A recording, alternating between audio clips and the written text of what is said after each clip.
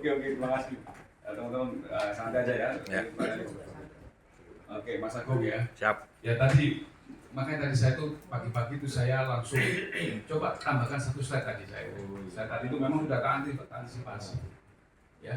Jadi tadi terima kasih Mas Agung juga sudah menyampaikan bahwasanya kondisi yang terjadi itu totally different. Saya katakan tadi juga saya singgung bahwasanya justru pada saat setelah krisis itu, ya setelah krisis Asia, keuangan Asia, itu kita banyak belajar. Karena pada saat krisis itu jelas pasti kenapa impact-nya itu besar, ya.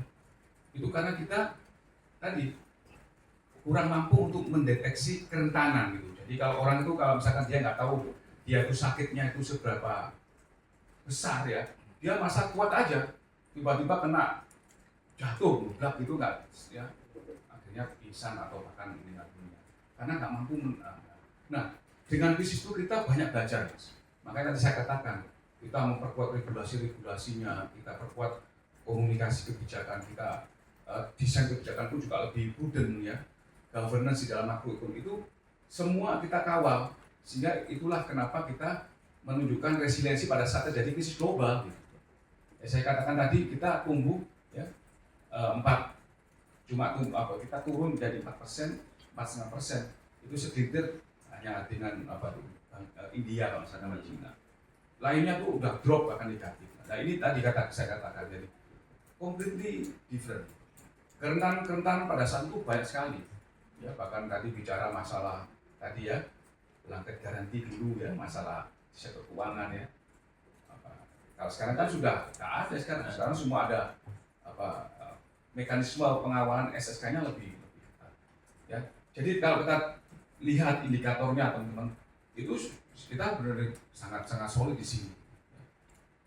Pertumbuhan ekonomi pada saat itu teman-teman, kita juga tumbuh tinggi gitu. Ini kita asumsinya menjelang krisis saja. Kita tarik ke belakang. Itu kita ekonomi kita, tapi kerentanan yang ada terkait di sektor keuangan, utang ya, itu semua nggak ada yang bisa mengidentifikasi dengan baik. Nah sehingga pada saat akhir goncangan di trigger di mana di Thailand itu ya, merangkak karena tadi mekanisme dari perlambatan krisis ya mulai dari second generation yang akan muncul persepsi dan ini dia sama dengan karakternya dengan Thailand dia kena.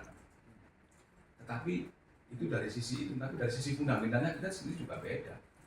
Nah ini yang kita sehingga teman-teman kalau kita lihat apakah ini konteks tadi angka 16 itu beda dulu jam dari 2.800 saya waktu di Amerika dia langsung ke 16.000 inflasi semua jam kan tadi itu benar-benar pasar keuangan kita juga nggak dalam, cadangan devisa kita juga tadi ya masih berapa itu masih 20 sekarang udah 150.